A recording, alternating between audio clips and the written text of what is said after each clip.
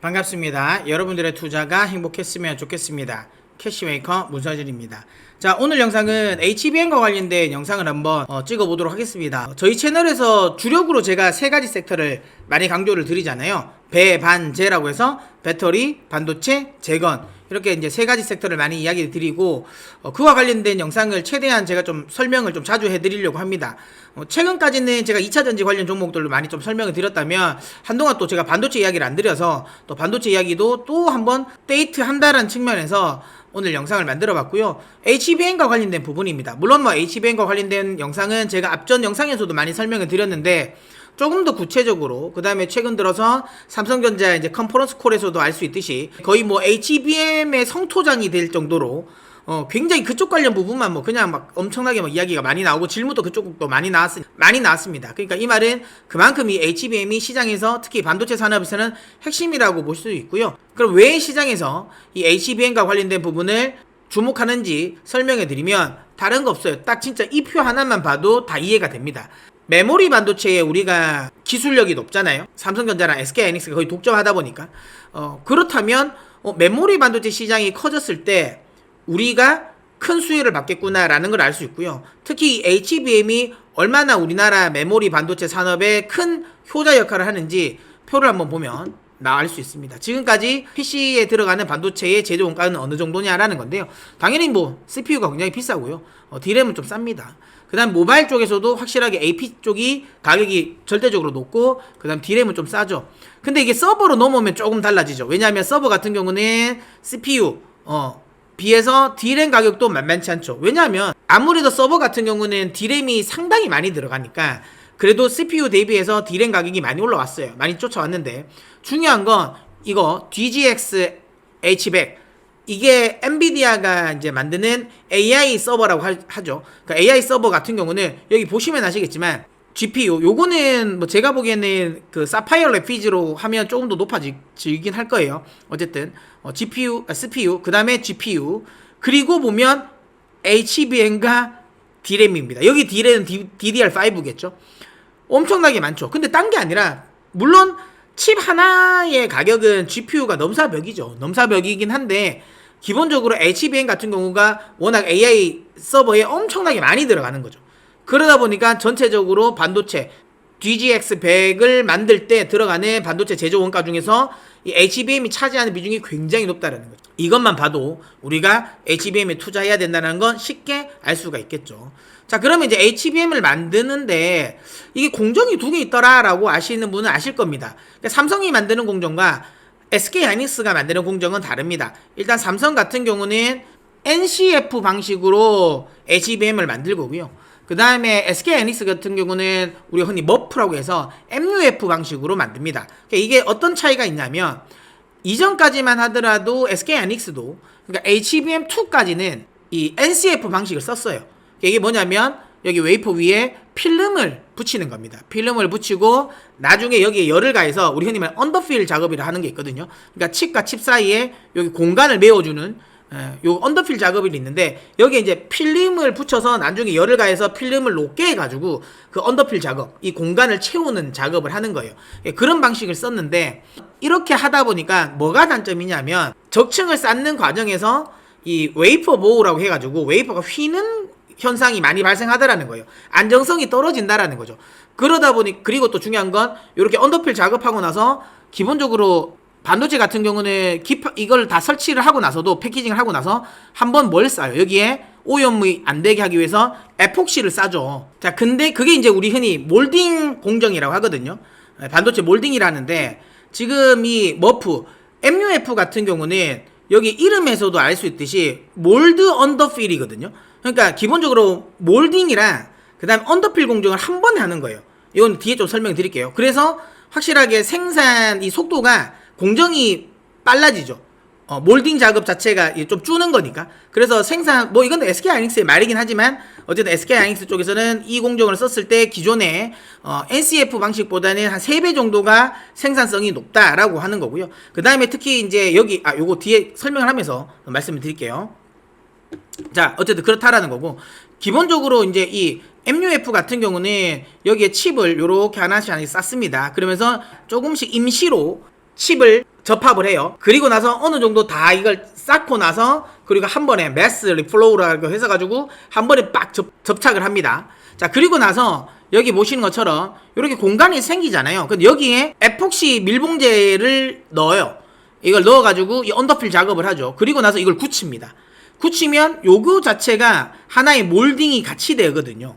예. 근데 요렇게 했을 때 아무래도 이 안정성이랑 그 다음에 필름으로 했을 때보다는 열방출이 한 36% 정도 더 개선이 된다라는 거. 그러다 보니까 단수도 더 많이 쌓일 수 있고, 그 다음에 열방출이 아무래도 더 많이 되기 때문에 기본적으로 이제 이 불량률도 낮아진다라는 거예요. 그래서 이 MUF 방식이 지금 현재 이 HBM3로 가면 이게 핵심 공정이 될 거다라고 보는 거예요.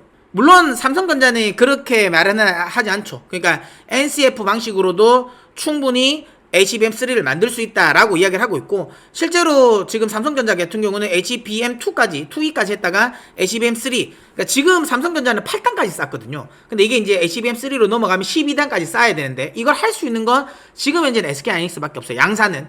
근데 지금 삼성 같은 경우도 이 12단까지 쌓았다. 그러니까 이 NCF 방식으로 12단까지 쌓았고, 이걸 이제 고객사에 콜 테스트를 보냈다라는 거죠. 조만간 우리도 양산을 한다라고 이야기는 하고 있어요. 물론 큰 콜 때 이야기를 했어요. 그래서 있는데, 중요한 건 어쨌든 이렇게 됐을 때 생산 단가 같은 경우는 확실하게 SK하이닉스가 조금 더 우위일 것 같습니다. 물론 나와보긴 해야 되겠죠. 그러니까 삼성전자가 어떤 식으로 할지는 나와봐야 되겠지만, 확실하게 공정 하나가 더 들어가는 거기 때문에 요 방식이 조금 더 우위는 맞다라는 거죠. 다만 이게 지금 현재 어쨌든 만약에 HBM 시장 자체가 공급 과잉 시장이면 게임이 안 될 수 있는데, 그럼 지금 그렇지 않죠. 쇼티지 상태다 보니까 이번에 마이크로소프트 같은 경우도 AI 투자 많이 하고 싶은데 지금 AI 칩이 없다. 칩이 쇼티지라서 원활하게 지금 투자를 못하고 있다라고 할 정도로 확실하게 지금 HBM 시장 자체는 완전 쇼티지입니다. 그렇기 때문에 뭐 조금 가격이 높다 하더라도 높은 가격으로 제가 보기에는 불러도 제 생각에는 팔릴 것 같아요. 어쨌든 나오기만 한다면. 그렇기 때문에 뭐 NCF 방식이든 MUF 방식이든 큰 상관은 없다. 지금은 쇼티지 상태니까. 다만 앞으로는 계속 MUF 방식으로 넘어갈 가능성은 높죠. 그러면 이건 있죠. MUF 방식이 좋으면 당연히 그러면 삼성도 저걸 하지 왜 못하냐라는 건데요. 맞습니다. 안 하는 게 아니라 못해요. 지금 아까 방금 이야기 드린 것처럼 이 MUF 방식을 하려면 거기에 이제 이 언더필과 몰딩 작업을 할 때 들어가는 에폭시 밀봉제를 넣어야 되는데, 그 밀봉제를 일본의 나믹스라는 회사가 독점 공급을 합니다. 이게 특허를 가지고 있거든요. 근데 SK하이닉스랑 나믹스가 같이 연구 개발을 했어요. 그래서 지금 SK하이닉스만 5년 동안은 SK하이닉스에게만 공급을 해야 돼요. 그러니까 앞으로 5년 동안은 삼성전자가 사고 싶어도 못 사는 거죠.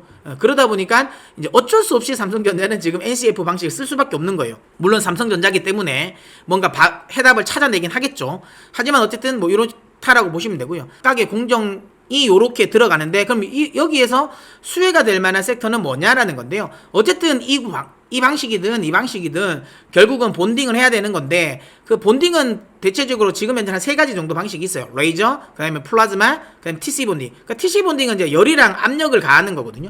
근데 지금 현재는 TC 본딩 쪽이 좀 대세긴 하죠. 왜냐하면 TSMC가 TC 본딩을 좀 주력을 하다 보니까, 그러다 보니까 이제 TC 본딩 쪽이 이제 주력이 되고 있고, 그러다 보니까 TC 본더를 만드는 회사가 굉장히 주목이, 일단 HBM에서 핵심 수혜주라고 보시면 됩니다. 자, 그러면 TC 본더를 누가 만드냐? 삼성은 아무래도 기술력이 1등인 네덜란드의 베시 걸 씁니다.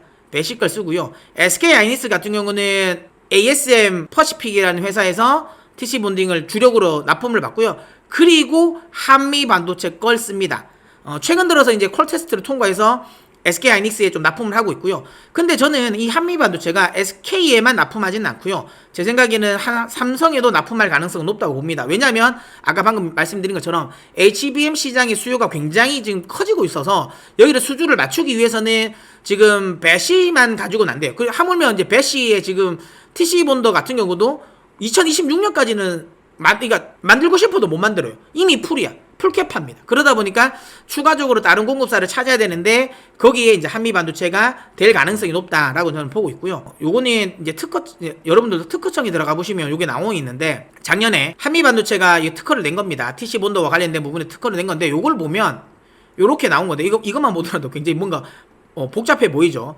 근데 이 TC 본더로 가면 그냥 단순히 본딩만 하는 건 아니고요. 본딩을 하기 위한 과정이 한 3가지가 있는데, 그 3가지 공정을 본드 안에 다 밀어 넣어야 돼. 일단은 제일 처음에 요렇게 들어오거든요. 여기 들어와서 검사를 합니다. 뭐 파티클 같은 거, 그러니까 불순물이 있나 없나 검사를 하고 통과되면 위로 올려요. 그 다음에 정렬을 합니다. 그러니까 여기서 HBM 공정 중에 또 하나 중요한 건 정렬이에요. 이게 무슨 말이냐면 HBM은 말 그대로 이 TSV라고 해서 메모리 반도체, 요거는 이제 중간에 구멍을 뚫는 거죠. 구멍을 뚫어서 이제 요거 접합을 시키는 건데, 그래서 IO를 많이 만드는 건데, 결국에는 구멍을 뚫으려면 여러분들이 또 단순히 생각해도 그렇잖아요.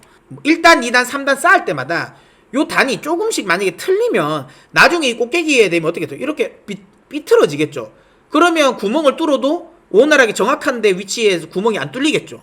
그러다 보니까 정렬이 엄청나게 중요합니다. 근데 이 정렬이라는 건 여러분도 아시겠지만 지금 현재 이 웨이퍼 같은 경우는 종이장보다 더 얇아요. 이걸 엄청나게 많은 단수로 쌓아야 되기 때문에 조금만 비틀어줘도 이게 제대로 안 되거든요. 그거를 검사해야 되기 때문에 굉장히 중요한 기술입니다.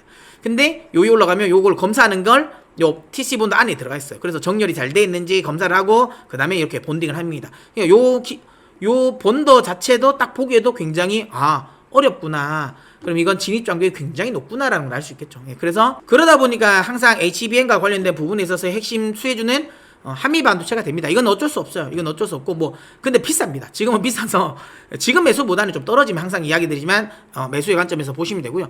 그리고 시장에서도 뭐 주목은 하는데 많이 잘 모르시는 분들 중 하나가 프로텍도 수혜주라고 보시면 됩니다. 프로텍은 뭐라냐면 아까 방금 말씀드린 것처럼 본딩은 여러 가지가 있다 그랬잖아요. 그 중에 레이저 본딩이 있거든요. 그 레이저 본딩과 관련된 부분에 레이저 본더를 이 프로텍이 생산을 합니다. 국내에서는 유일하고요. 프로텍 같은 경우는 그 레이저 본더를 암코랑 같이 개발을 했어요. 그래서 지금은 암코랑 독점이기 때문에 암코만 납품을 하는데 최근에 그 독점이 풀렸어요. 기간이 풀려가지고 이제는 TSMC에도 납품을 할 수 있어요. 물론 TSMC는 주력은 TC 본더기 때문에 레이저 본더를 쓸지는 모르겠습니다. 근데 워낙 물량이 많기 때문에 레이저 본더 라인도 뭐 나오지 않을까 싶긴 합니다. 근데 어쨌든 아직까지는 모릅니다. 모르는데 그럼 모르는 걸 왜 투자해야 되냐라고 생각하실 수도 있지만 레이저 본더를 납품을 하면 땡큐고 이거 안 하더라도 아까 방금 그 MUF 공정을 제가 설명드릴 때 언더필 공정을 설명드렸잖아요. 그 언더필 공정에서 디스펜서라는 게 있습니다. 그러니까 언더필하는 과정에서 이 솔더볼을 보호를 하고 그 다음 칩과 칩 사이에 이제 접착력을 높이는 요 장비가 있는데 요걸 국내에서는 독점입니다. 물론 미국과 일본이 뭐 어쨌든 이쪽에서는 캐파가 크긴 합니다. 기술력이 높긴 하지만 어쨌든 글로벌적으로 보더라도 글로벌 3위 그러면 삼성전자라든지 SK하이닉스 쪽에 납품을 하더라도 물론 뭐 메인 벤더는 안 되겠지만 아무래도 3순위는 될 가능성이 높겠죠. 그렇기 때문에 디스펜서와 관련된 납품에 대한 기대감도 있다. 거기에 만약에 레이저 본더까지 TSMC 납품을 한다면 조금 더 멀티플을 받겠죠. 그래서 프로텍도 관심을 가지시고요. 이건 뭐 제가 이전에도 설명을 많이 드렸어요. 그 다음 캐시텍 같은 경우는 HBM 공정으로 넘어가면 얇게 만들어야 돼요. 그래서 이 CMP 공정이 여러 차례 들어갑니다. 많이 들어가요. 그러다 보면 당연히 CMP 장비를 만드는 캐시텍이 수혜가 될 수밖에 없다라고 보고요. 그 다음에 육룡의 나르샤라고 해가지고 육룡 중에 제가 하나로 또 소개를 했던 PSK 홀딩스인데요. PSK 홀딩스 같은 경우는 앞서 그 MUF 방식에서 리플로우 그냥 한 번에 이제 딱 접합을 시키는 칩을 이제 딱 접합을 시키는 요 장비, 매스 리플로우와 관련된 부분을 또 생산을 하고 있고 HBM 공정에서 찌꺼기가 많이 나올 수밖에 없어요. 방금 이야기된 것처럼 기존의 거보다 많이 갈아야 돼요. CMP 공정이 많이 들어가야 되고 그 다음에 TSV 그러니까 구멍 뚫는 공정도 들어가잖아요. 그러다 보니까 찌꺼기가 많이 생깁니다. 그러다 보니까 세정 장비가 많이 들어가고요. 그 세정 장비와 관련된 부분이 있어도 PSK가 어쨌든 핵심이기 때문에 PSK 홀딩스도 수혜가 된다라고 보시면 됩니다. 그 다음에 끝으로 오로스 테크놀로지 같은 경우는 검사 장비인데 제가 방금 말씀드린 것처럼 이 HBM 공정에서 중요한 공정 중에 하나가 뭐다? 정렬. 그러니까 단을 이렇게 똑바로 쌓는 요 정렬이 굉장히 중요한데 정렬이 잘 돼 있는지 안 돼 있는지를 검사하는 검사 장비를 오로스 테크놀로지가 또 납품을 합니다. 그렇기 때문에 이 오로스 테크놀로지 역시 HBM의 핵심 수혜주라고 보시면 될 것 같아요. 자, 이렇게 HBM의 전반적인 공정, 그 다음에 삼성전자와 SK하이닉스의 공정상의 차이, 그리고 그와 관련된 또 핵심 수혜주도 한 번씩 다 알아봤습니다. 물론 항상 제가 여러분들에게 말씀드리는 거 이렇게 이야기 드렸다고 바로바로 사지 마시고요. 여러분들도 한번 같이 공부를 해서 여러분들이 공부했는데도 괜찮다라고 생각하면 그때 투자를 하셨으면 좋겠습니다. 자, 그러면 오늘 영상이 마음에 드셨다면 구독을 눌러 캐시메이커의 메이커가 되어 주십시오. 여러분들이 선택하시면 영상으로 보답해 드리도록 하겠습니다.